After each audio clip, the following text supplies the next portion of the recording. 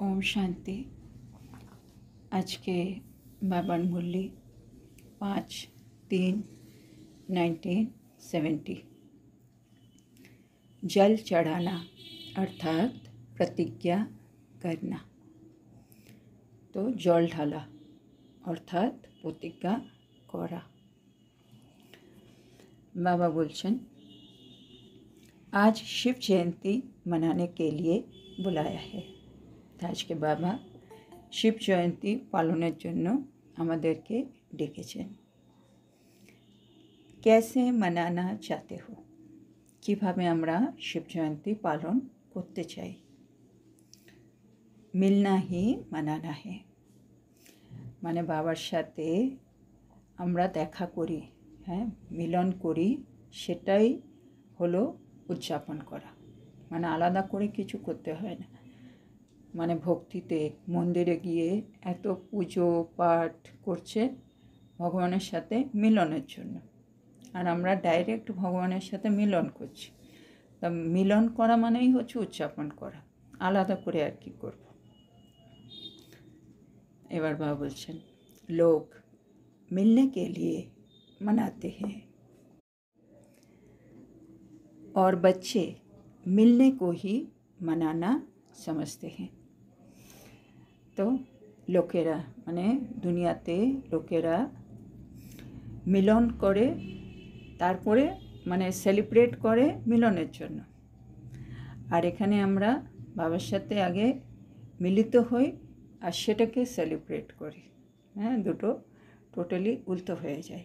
ओखाने celebrate करছে मिलनेर जन्य, आमरा मिलन आगे करी और मिलनटाई परे आमरा सेलिब्रेट करी, उद्यापन करी।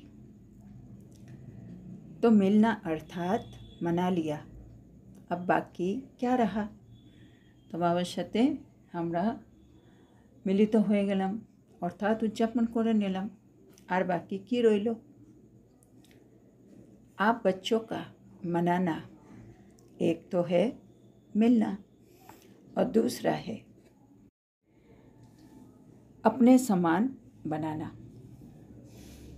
तो बाबा बोलছে আমরা বাচ্চাদের আছে দুটো জিনিস, একটা হচ্ছে মিলন আর দ্বিতীয় হচ্ছে आप समान बनाना, মানে নিজের সমান বানানো।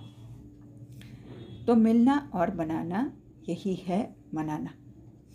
तो আমাদের মানে উদযাপন করা, আমাদের হিসেবে কি করতে হবে? আমরা বাবার সাথে মিলিত হব আর অন্যদেরকে নিজের মতো বানাবো। आज के दिन पर ये दो बातें करनी है। तो शिव जयंती आज के, तो शिव जयंतीर दिन আমাদেরকে বাবা বলছে এই দুটো কাজ করতে হবে। मिलन तो मना ही रहे हो, बाकी आप समान बनाना। तो मिलन तो আমরা বাবার সাথে উদযাপন করছি, তো বাকি কি রয়ে গেল? নিজ সমান বানানো, এটা এখনো পেন্ডিং আছে। ये दोनों बातें की गोया शिव जयंती मनाई, মানে এই দুটো জিনিসই যদি আমরা করে ফেলি, হ্যাঁ, বাবার সঙ্গে মিলন আর নিজের সমান বানানো, তাহলে আমরা শিব জয়ন্তী পালন করলাম। जब भक्त लोग जल चढ़ाने के लिए जाते हैं तो भी बीच में ब्राह्मण होते हैं जो उनसे कराते हैं। এবার বাবা এক্সাম্পল দিচ্ছে, ভক্তরা যখন জল ঢালার জন্য যায় শিবরাত্রিতে, তখন তাদের মাঝখানে একজন ব্রাহ্মণ থাকে যিনি এই কাজটা করান। তো आप भी ब्राह्मण हो, तो ताहले तुमराও तो ब्राह्मण। जैसे भक्त लोग जल चढ़ाते हैं वैसे तुम बच्चे बाप के ऊपर आत्माओं से जल चढ़वाते हो। যেমন ভক্তরা জল ঢালে, বাবা বলছেন তেমনি আমরাও আত্মাদেরকে নিয়ে আমরা জল ঢালাই। কি করে? এবার বাবা বোঝাচ্ছেন, ये जल अथवा दूध चढ़ाने की रस्म क्यों चली है? ये शिवरात्रिते যে শিবের মাথায় জল দিচ্ছে বা দুধ ঢালছে বা বলছে এই রীতিটা কেন চলে আসছে? जिस समय जल चढ़ाते हैं उस समय मन में क्या सोचते हैं मालूम है? বলছে যখন ভক্তরা জল ঢালছে তখন তাদের মনের মধ্যে কি সংকল্প চলে মনে আছে? কেন একসময় আমরাও করেছি, সেটা বাবা বলছে মনে আছে এগুলো? जल व दूध जो चढ़ाते हैं उनका भावार्थ ये है। এবার বাবা আমাদেরকে বুঝিয়ে দিচ্ছেন কি জল ঢালছে বা দুধ ঢালছে যাই কিছু ঢালুক তার ভাবার্থ হচ্ছে এরকম কি। এবার বাবা বলছেন जब कोई भी प्रतिज्ञा करनी होती है, যখনই আমরা কোনো রকম প্রতিজ্ঞা করি তো হাত में जल उठाते हैं, তখন হাতের মধ্যে আমরা জল নিই। सूर्य को भी जल चढ़ाते हैं, আর সেজন্য সূর্যকে আমরা জল দিই। तो अंदर में प्रतिज्ञा करते हैं, আর ভেতরে ভেতরে মনের ভেতরে মনে মনে তারা প্রতিজ্ঞা করে। মানে জল ঢালার মানে বাবা বোঝাচ্ছে আমরা যেমন কোনো প্রতিজ্ঞা করলে হাতে জল নিয়ে প্রতিজ্ঞা করি সেরকমই তার মানে यादगार আর কি। ভক্তরা মনে মনে প্রতিজ্ঞা করছে আর শিবের মাথায় জল ঢালছে। এবার আমাদের কি করতে হবে এখন সঙ্গম যুগে? तुम्हारे पास भी जब कोई आते हैं, মানে আমাদের কাছেও যখন কেউ আসে तो पहले पहले उनसे प्रतिज्ञा का जल लो। তখন সঙ্গম যুগে আমাদের কাছে যখন কোনো আত্মারা আসবে নতুন তাদের থেকে প্রতিজ্ঞার জল নিতে হবে, তার মানে তাদেরকে দিয়ে আমাদের প্রতিজ্ঞা করাতে হবে। তো এবার কী করাবো? एक प्रतिज्ञा कराते हो ना कि आज से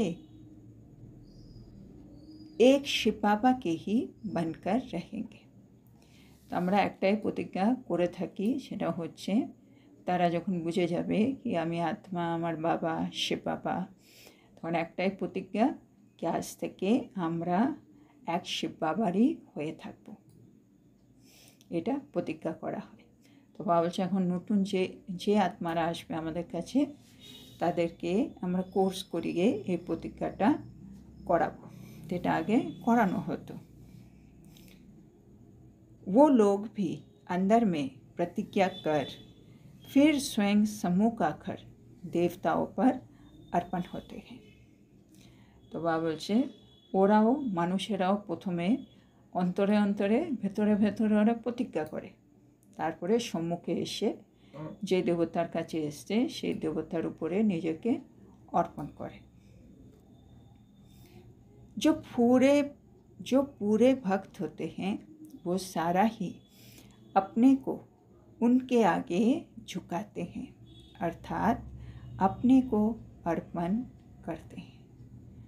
বলছে যারা প্রকৃত ভক্ত হয় তারা দেবতার সামনে সম্পূর্ণভাবে মানে নত হয়ে যায়, অর্থাৎ নিজেকে সম্পূর্ণভাবে অর্পণ করে দেয়। तो तुम भी पहले उन्होंने प्रतिज्ञा कराते हो, সেজন্য আমরাও প্রথমে যখন আসবে তারা তাদেরকে দিয়ে আমরাও প্রতিজ্ঞা করাবো। जब पक्के हो जाते हैं तो संपूर्ण स्वाहा कराते हो, যখন তারা পাকা হয়ে যাবে তখন তাদেরকে দিয়ে তাদেরকে আমরা সম্পূর্ণ स्वाहा করে দেব। ऐसी सर्विस करनी है। এখন বাবা চাইছে এরকম সেবা আমরা করি। তার মানে যখনই কেউ নতুন আসছে তাদেরকে দিয়ে আমরা প্রথমে প্রতিজ্ঞা করাবো কি আমরা মানে ওরা আজ থেকে এক শিব বাবারই হয়ে থাকবে, তারপরে আস্তে আস্তে যখন ওরা পাকা হয়ে যাবে তখন ওদেরকে সম্পূর্ণ সোহা করে দিতে বলা হবে, বা তারা নিজে থেকেও সম্পূর্ণ সোহা হয়ে যাবে। আর আমরা যদি এরকম কাজ করতে পারি তাহলে আমরা অনেক ভালো সেবা করলাম। बिल्कुल न्योछावर होना है, তো আমাদেরকে পুরোপুরি সমর্পণ করাতে হবে। आपने कितनों को न्योछावर कराया है, বাবা বলছে এটা আমাদের করাতে হবে। এবার নেক্সট প্রশ্ন, তুমি কতজনকে সমর্পণ করিয়েছো, মানে এ পর্যন্ত আমরা কতটা আত্মাকে সম্পূর্ণভাবে বাবার ওয়ারিস সন্তান তৈরি করতে পেরেছি। এবার বাবা বলছেন, जो जितना स्वयं न्योछावर बने हैं उतना ही औरों को बनाते हैं। এবার আমি অন্য আত্মাদেরকে কিভাবে সমর্পণ করাবো তার ফর্মুলা বাবা বলছে, যে যত নিজেকে সমর্পণ করবে অন্যরাও ততটাই মানে ওনার মতো মানে আমাদের মতো হয়ে সমর্পিত হবে। মানে যতটা আমি সমর্পিত হব তখন আমার পরে যে আত্মারা আসছে তারা আমার মতোই ওরাও সমর্পিত হবে, কিন্তু আগে আমাকে নিজেকে সমর্পণ করতে হবে।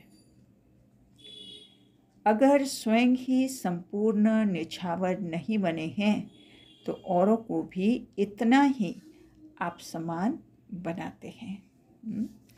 যদি আমি নিজে সম্পূর্ণ সমর্পণ না হই তাহলে আমি কিন্তু ওই আত্মাদের মানে যারা আমার মাধ্যমে যেখানে আমি নিমিত্ত হব এই আত্মাদেরকে বাবার কাছে আনার, সে আত্মারা আমার মতোই কিন্তু আমার মতোই হবে। মানে আমি সম্পূর্ণ সমর্পিত নয়, তারাও সম্পূর্ণ সমর্পিত হবে না। আর আমি যদি সম্পূর্ণ সমর্পিত হয়ে থাকি তারাও আমার মতো সম্পূর্ণ সমর্পিত হবে। এটাই হচ্ছে বাবা বলছেন ফর্মুলা। तो अभी न्योछावर होने में मेहनत और समय दोनों ही लगता है।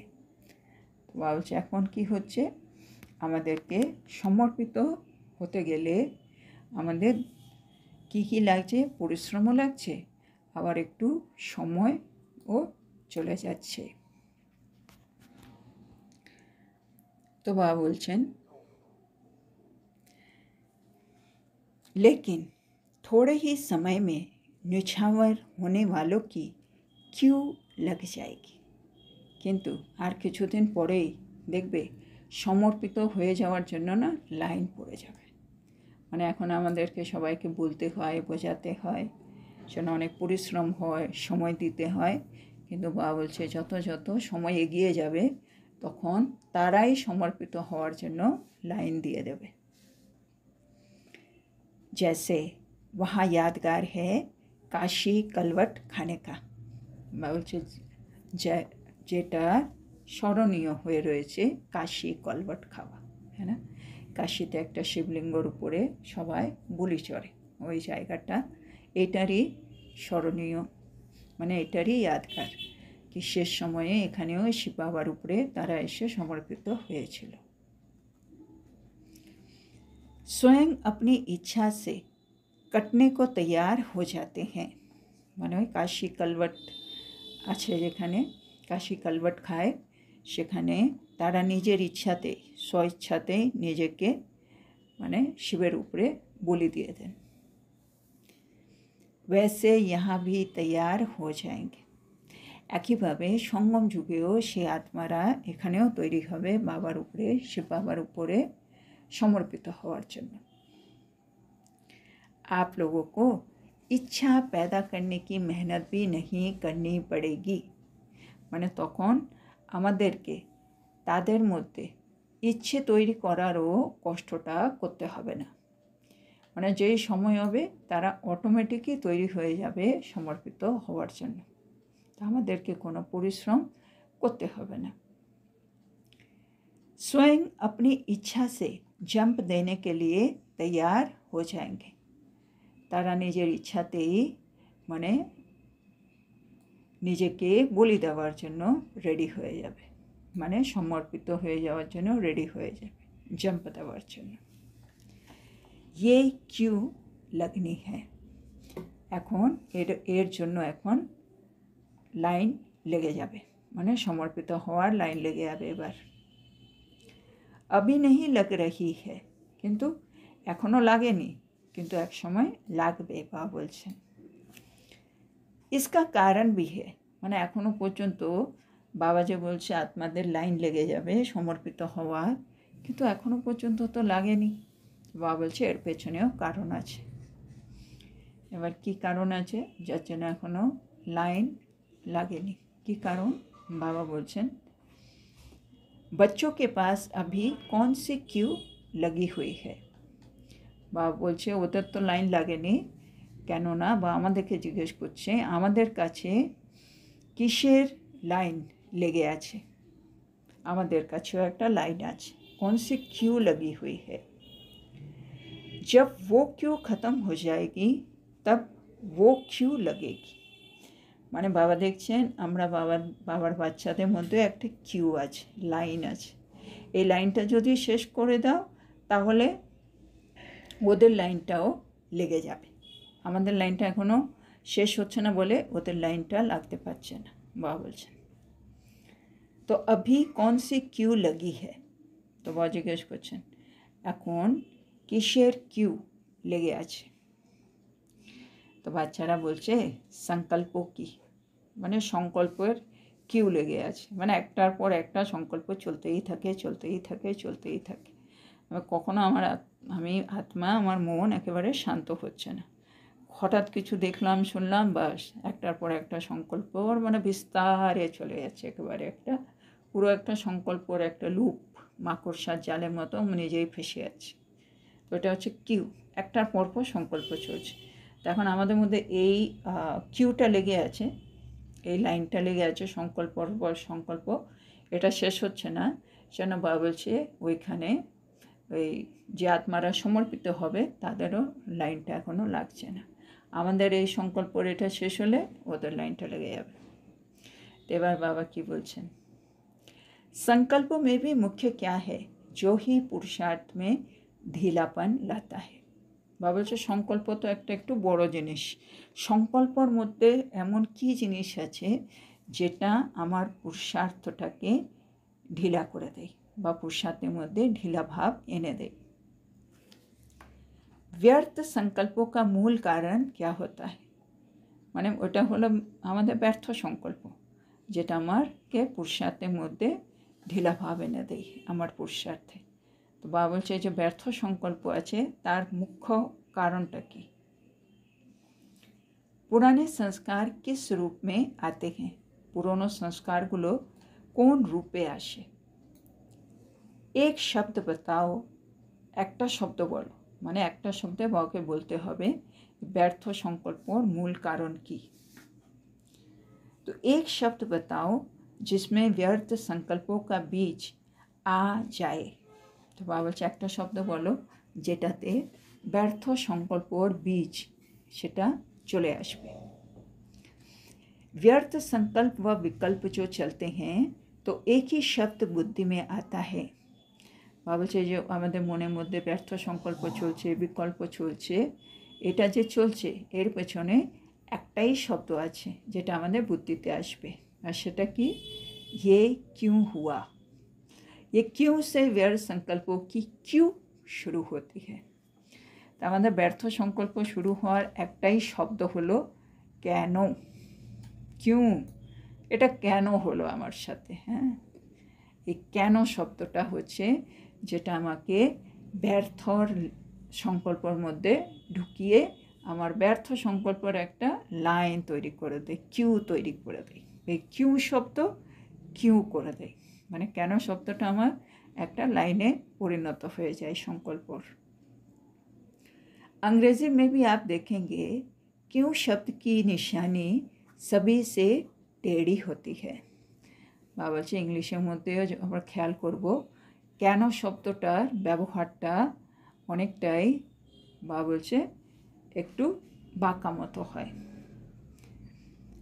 তো क्यों की क्यों बड़ी लंबी है, মানে মনের মধ্যে একবার যদি আমার ঢুকে যায় কেন হলো, তাহলে এর পেছনে সংকল্পের একটা লম্বা লাইন থাকবে, কিউ থাকবে। इस क्यू के समाप्ति के बाद ही संपूर्णता आएगी। আর আমরা যদি এই ব্যর্থ সংকল্পর কিউটা শেষ করে দিই, তাহলে আমরা সম্পূর্ণতা প্রাপ্ত করব। ফির वो क्यू लगेगी, তারপরে ওই আমাদের যে আত্মারা যারা সমর্পিত হবে ওই কিউটা এবার লেগে যাবে। এই কিউটা শেষ, ওই কিউটা লাগবে। जब क्यों शब्द निकलेगा फिर ड्रामा की भावी पर एक रस स्टेरियम रहेंगे। মানে যদি আমাদের মধ্যে থেকে কেন শব্দটা বেরিয়ে যায়, তখন কি হবে, ড্রামার প্রতিটা সিনকে আমি অ্যাকসেপ্ট করব, আমার মনে কোনো প্রশ্ন নেই। সেজন্য ড্রামার মধ্যে যা কিছু হচ্ছে সব কিছুর মধ্যেই আমার স্থিতি একদম একরস থাকবে আর স্থির থাকবে।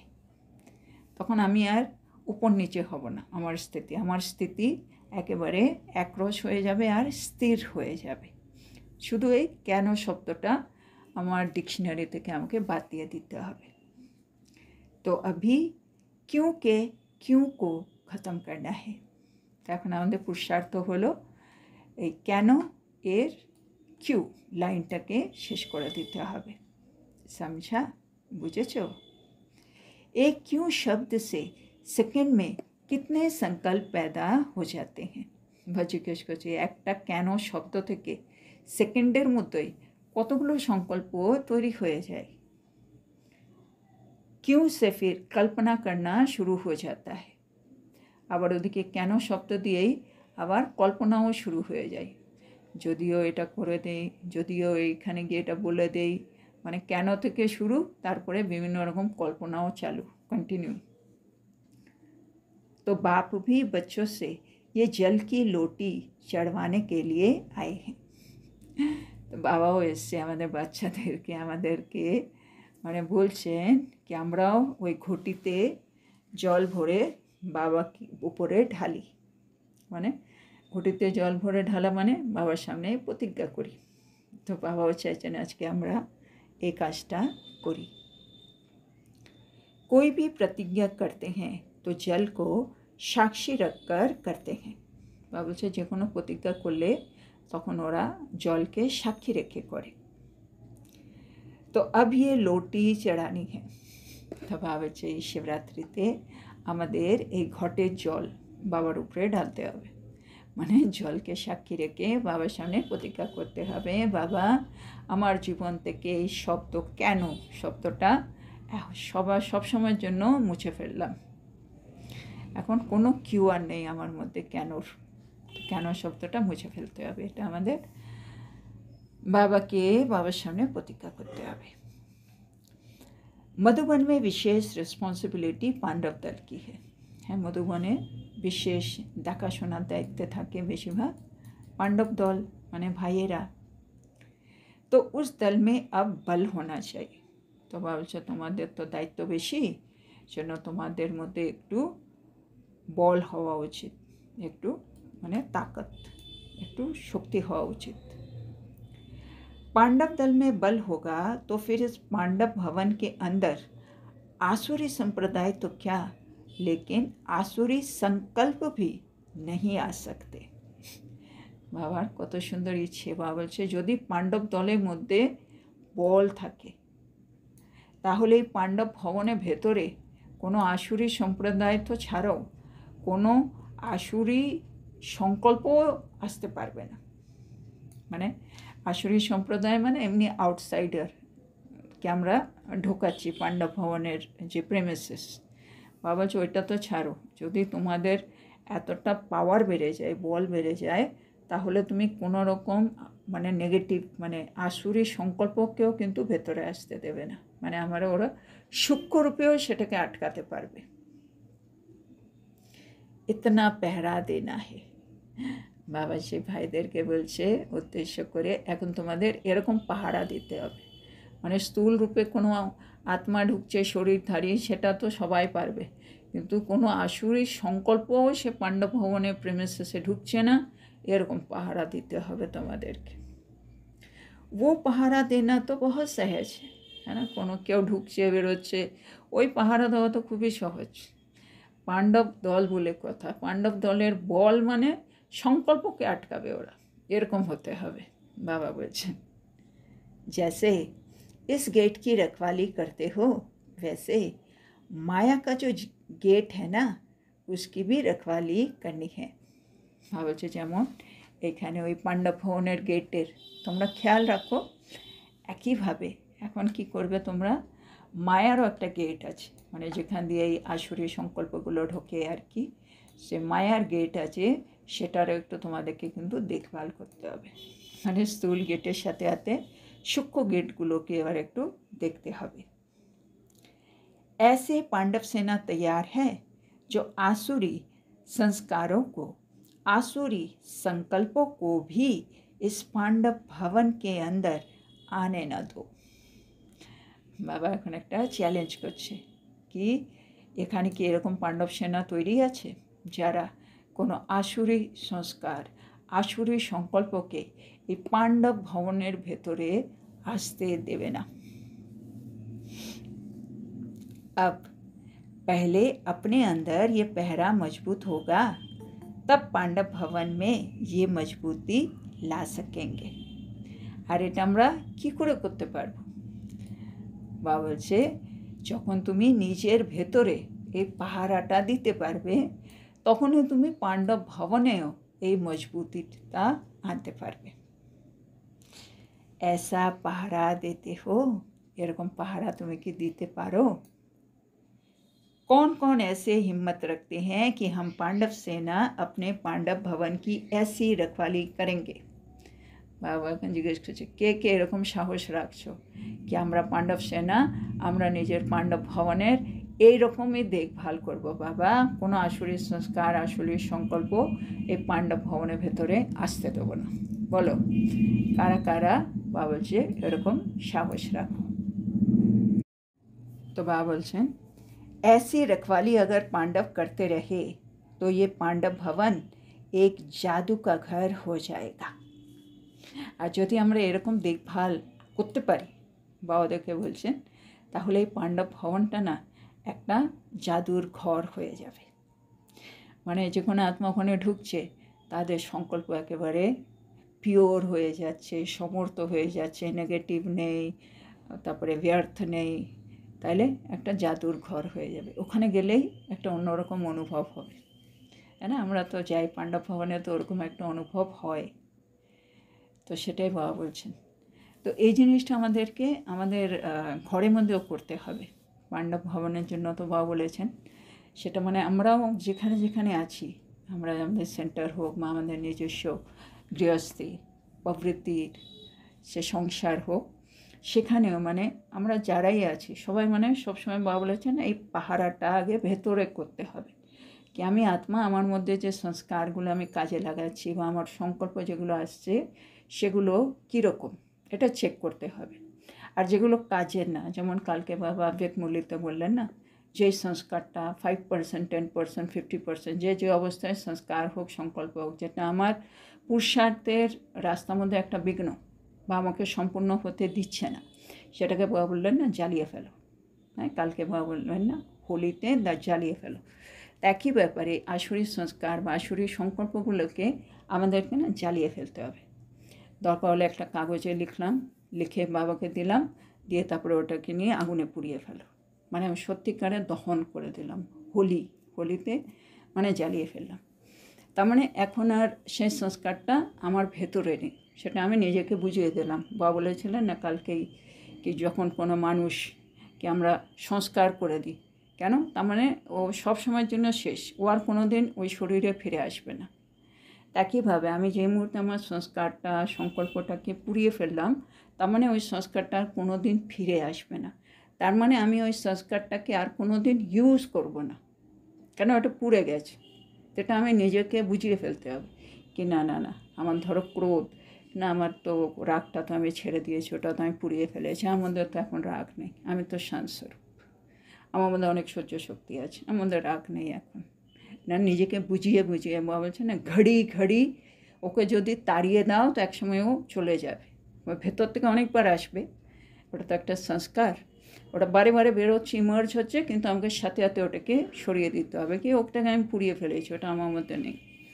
তো এরকম করে করে আমি যদি নিজের ভেতরে পাহারাটা মজবুত করি, আর আমার ভেতরে যদি সব আসুরি সংকল্প সংস্কার শেষ হয়ে যায়, তাহলে আমরা যেখানে আছি সেখানে আমরা তখন আশেপাশে যে আত্মা আছে তাদেরও সংস্কার বা তাদের সংকল্প, যেগুলো ওদের কর্ম বা বাঁচা রূপে আমরা বুঝতে পারছি, সেখানেও কিন্তু তাদেরকে আমরা বুঝিয়ে ওদেরকেও মানে আসুরিটা সংস্কার বা সংকল্পকে চেঞ্জ করে দিতে পারি।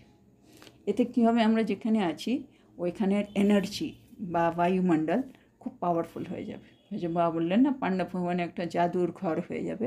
তা আমাদের নিজের ঘরগুলো এক একটা, তো বাবা বলছেন না সবাই মন্দির, আমরা সবাই ওখানে চৈতন্য দেবতা, এরা সত্যিকারে তখন হয়ে যাবে। তো এটা আমাদেরকে করে দেখতে হবে। তো আজকে আমরা এখানেই থামব।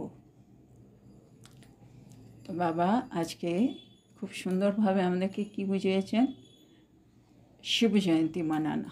হ্যাঁ, শিব জয়ন্তীতে বাবা বলছে দুটো কাজ করতে হবে আমাদেরকে, একটা হচ্ছে মিলন, আর দ্বিতীয় হচ্ছে নিজ সমান বানানো, নিজ মতো বানাতে হবে, আপ সমান বানানা হ্যাঁ। তারপরে জল ঢালা বা দুধ ঢালা, এটার মানে আজকে বাবা বুঝিয়েছেন কি যখনই আমরা কিছু প্রতিজ্ঞা করি, হাতে জল নিই, মানে জলকে সাক্ষী রেখে প্রতিজ্ঞা করি, এরকম একটা। তাহলে এখন বাবার কাছে এসছি, বাবার কাছে যে যে আত্মারা এখন আসবে আমাদের মাধ্যমে, তাদেরকে দিয়ে আমাদেরকে প্রতিজ্ঞা করাতে হবে কি এখন তাদের জীবনে শুধু একটা শিব বাবাই থাকবে, আর কেউ নয়। তো বাবা বলছে অন্যদেরকে আমি যদি চাই তারা সম্পূর্ণভাবে সমর্পিত হয়ে যাক বাবার উপরে, তার জন্য আগে আমাকে কী করতে হবে, নিজেকে সমর্পিত করতে হবে 100%। আমি 100% সমর্পিত হলে, মানে নিছাবর হলে, তখন ওরাও 100% হবে। ভয় যেটা বললেন, আমি যদি এখন 100% না হই, ওরাও কিন্তু হবে না। তো সেজন্য আগে আমাকে নিজেকে চেক করতে হবে, আমি নিজে সম্পূর্ণ সমর্পণ হয়েছি কি হয়নি, সেটা আমাকে একটু দেখে নিতে হবে। তারপরে বাবা বলছে মানে একটা সময় আসবে যখন যারা সমর্পিত হবে তাদের লাইন লেগে যাবে, কিন্তু সেই লাইনটা এখনও লাগছে না, কেন আমাদের ভেতরে একটা লাইন চলছে, কিউ চলছে, আর সেই কিউটা হলো একটা শব্দ কেন, কিউ কা কিউ। তো এখন বাবা চাইছেন আমরা বাবার কাছে প্রতিজ্ঞা করি, আর জলকে সাক্ষী রেখে প্রতিজ্ঞা করি, মানে এই জলটা বাবার উপরে ঢালি কি বাবা এই কেন শব্দটা আমার জীবন থেকে এখন বাদ। তারপরে বাবা বললেন ওই পাণ্ডব ভবনকে নিয়ে কি পাণ্ডব ভবনে এমন পাহারা দাও যাতে কোনো আসুরি সংস্কার বা আসুরি সংকল্প ভেতরে না আসতে পারে। আর সেটা করার জন্য আগে তোমাকে নিজের ভেতরের পাহারাটাকে মজবুত করতে হবে। হ্যাঁ না, আমি অন্যের সংকল্প দেখছি, কিন্তু আমার নিজের সংকল্পগুলোও দেখছি ওখানে ছড়িয়ে যাচ্ছে, এটা যেন না হয়। সেজন্য আগে নিজেকে ঠিক করতে হবে, আমার দিক থেকে কোনো এরকম সংকল্প বেরোচ্ছে না, তারপরে আমি অন্য সংকল্পর মধ্যে যেতে পারবো। সেজন্য আগে নিজের পাহারা মজবুত, তারপরে অন্যর পাহারা। তাতে কি হবে, সেই পাণ্ডব ভবনটা একটা জাদুঘর মতো, জাদুর ঘর হয়ে যাবে। তো আজকের এত সুন্দর শিক্ষার জন্য আমরা আমাদের প্রিয় শিব বাবাকে বলবো ধন্যবাদ বাবা, ধন্যবাদ। ওম শান্তি। ধন্যবাদ বাবা। ওম শান্তি। গুড নাইট বাবা।